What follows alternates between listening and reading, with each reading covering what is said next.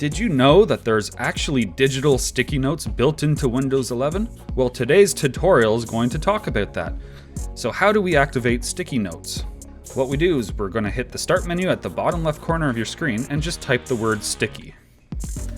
You're going to see an app called Sticky Notes. We're just going to click on that. It takes a few seconds to load, but basically you have this program pop up. And here you go. Basically you have a bunch of digital sticky notes you can leave anywhere on your desktop.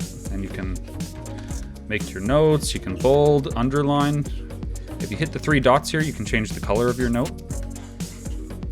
And if you hit the settings button here, you can actually log into your Microsoft account and it will save all your sticky notes to the cloud. So if you do have to wipe your computer because of a virus, or you got a new one, or you just want to move it to a different, an extra computer or laptop you have, you can actually just cloud sync and all your notes will come back.